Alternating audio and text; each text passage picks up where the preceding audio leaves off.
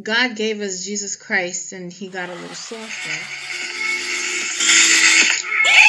Hi everyone, we are back again with part 2. In part 1, Miss Carter had a question, okay? Now her question was, basically, if you were living some sort of lifestyle and you made a change, right? Reminiscing on that lifestyle from time to time, does that set you back? Does it set back your progress, or does it basically stagnate your progression? Or and I should you gave feel you all a bad? homework assignment to look up what stagnation means if you don't know what it means. Or you should feel bad about reminiscing. Not that you're not moving forward, because you are making the right steps. You are practicing self-control. You are maintaining your faith and salvation. But is it bad if a thought comes in your mind? Not saying to stay in that thought because you can, and now you're back in 1999. No, but is it bad to like kind of smile at So with that in mind, I stated that basically sometimes looking back is not necessarily a negative thing, but it's a test of your self-control. And we discussed the story of Lot's wife getting turned to a pillar of salt while Sodom and Gomorrah burned down to the ground. Okay. And what was deduced on my end was that, when rules are given, we tend to be more self-directed instead of following direct instruction. And that's how punishment occurs. And Coy stated that in Old Testament times, that is something that was quite prevalent. But in this time, in this day and age in Christianity, in our walk, we have this beautiful thing called grace. And I don't think that we didn't have grace before, and I always say this, and it's like, he had a baby and now he's nice and he doesn't burn down cities that don't listen or follow his directions, because his son has come to save us. And now, don't burn them down, Father. Don't burn them down. He negotiated on our behalf. Okay. So, Coy, I will give you the floor to, expound upon what you were saying before in part 1. For what I was saying before, first to go back to Christine's question, I would say, what is the nature of your thinking when you're thinking about the past? Like, what are you thinking about? Are you thinking about the feeling that you had when you did those things? Are you looking at the good time that you had, and if I could just do that one more time? It's the how, you're reminiscing, and the what. So you would have to think about that. Like, that's something for you to ponder on for yourself, like the nature of your thinking and why are you thinking that, or why do you feel that. The how, what, and why. Okay. Yeah, and to go back on what I said about the dispensation of grace, that's the point of Calvary. The point of Calvary is to reconcile God with mankind. That was what the basis of Calvary is. And before, we didn't have direct access to God. In the Old Testament, it was a priest who had to go into the holies of holies to atone for the sins of the people. And if that priest was dirty, what they did was tie rope around the priest's waist with bells on it. When he went to the holies of holies, you knew he was still alive because you heard them bells jingling. But if he went in there, he was dirty, trying to atone for the sins of the people. They had the rope to drag him out, and you knew that he was dirty.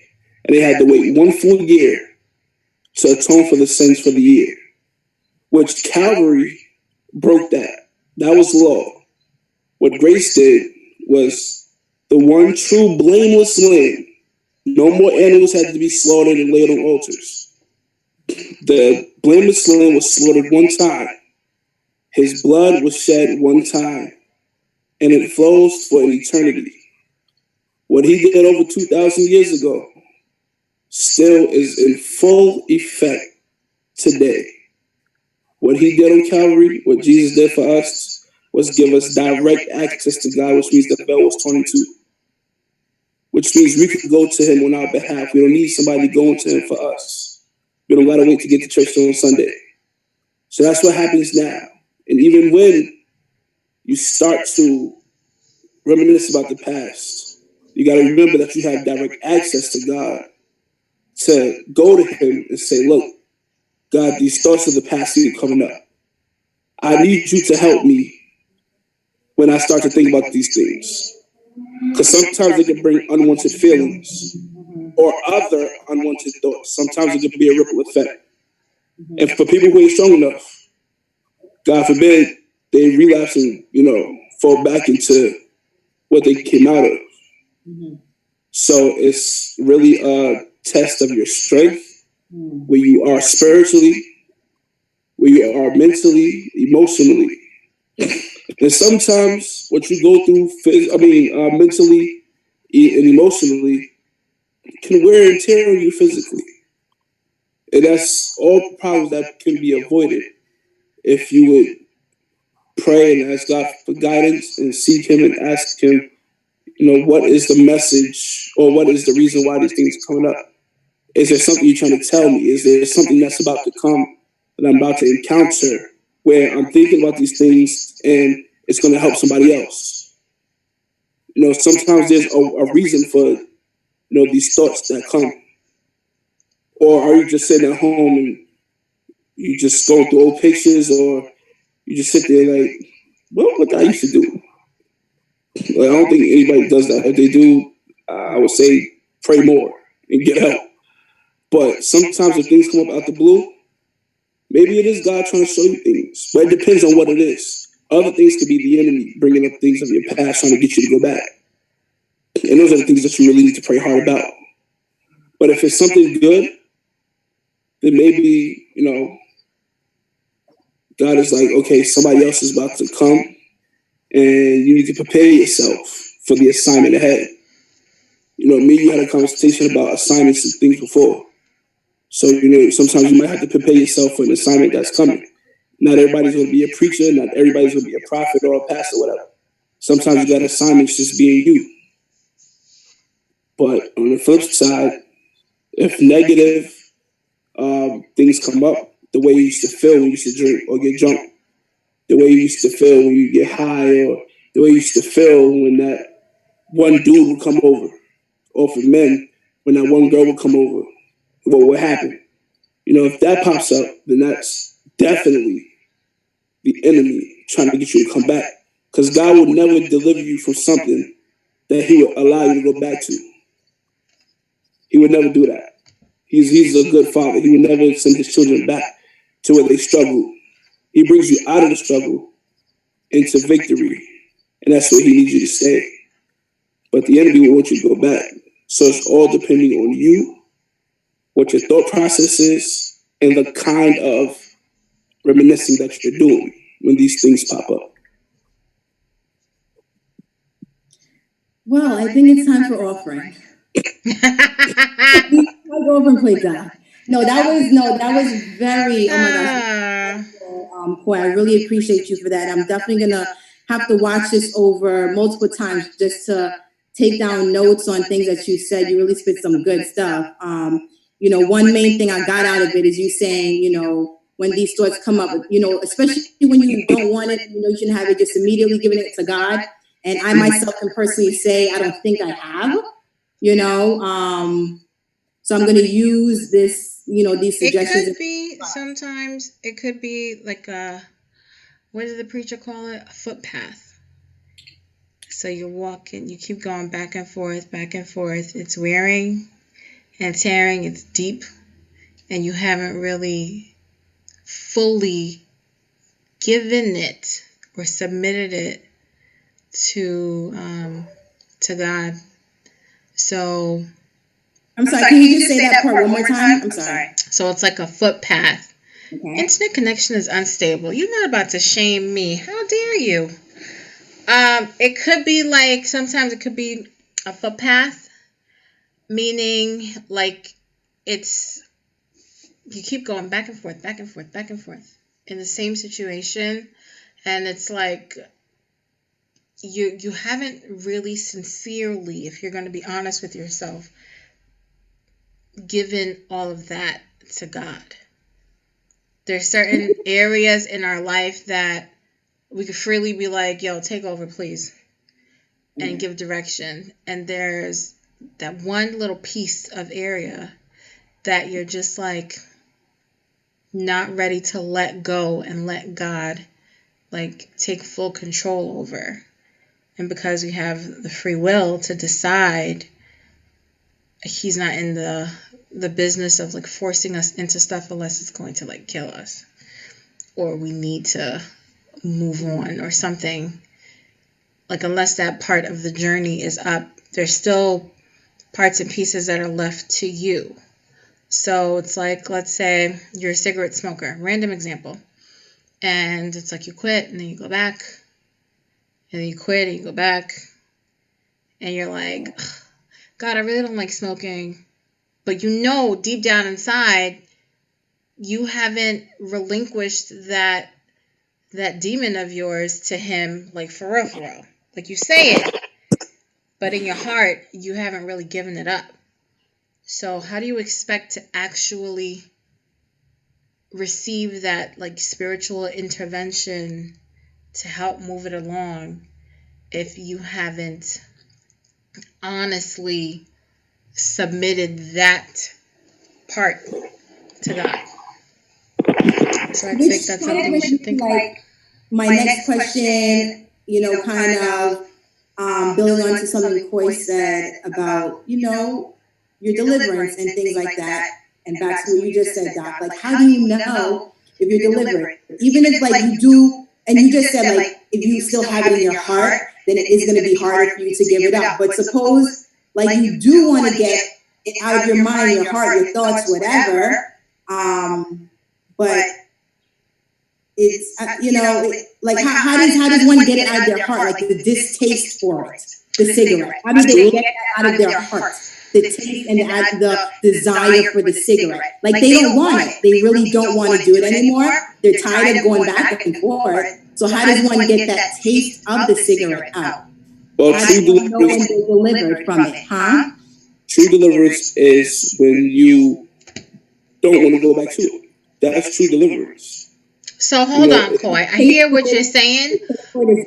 I hear what you're saying, okay? Who, me or Coy? Coy. And I receive what you're saying. But I have to say,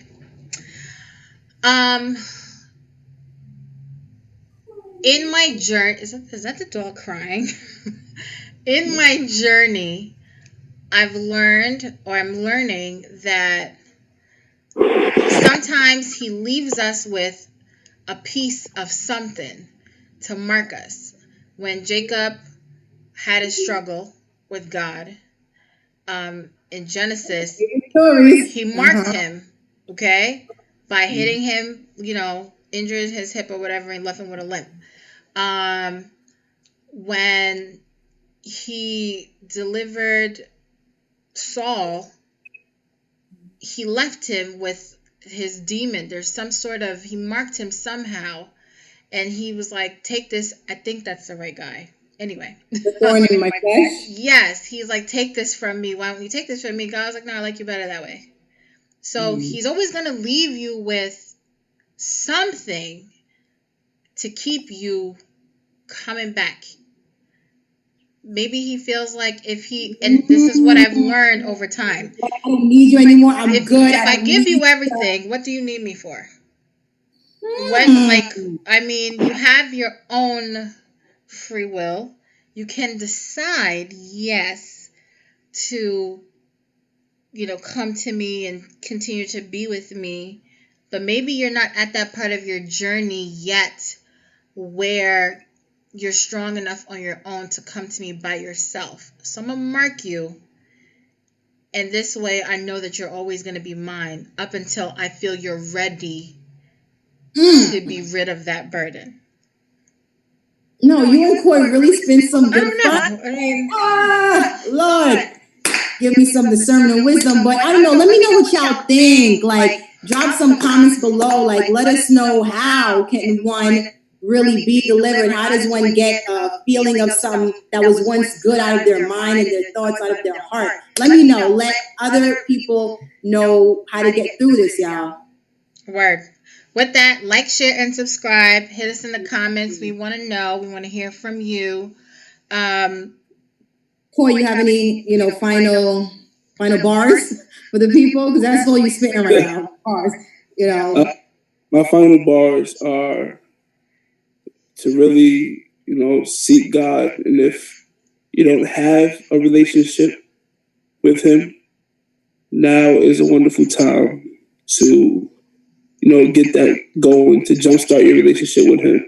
So anybody who hears this, it's the perfect time to, open up your heart and receive God. The day you hear His voice, harden not your heart. And so today's that day for you.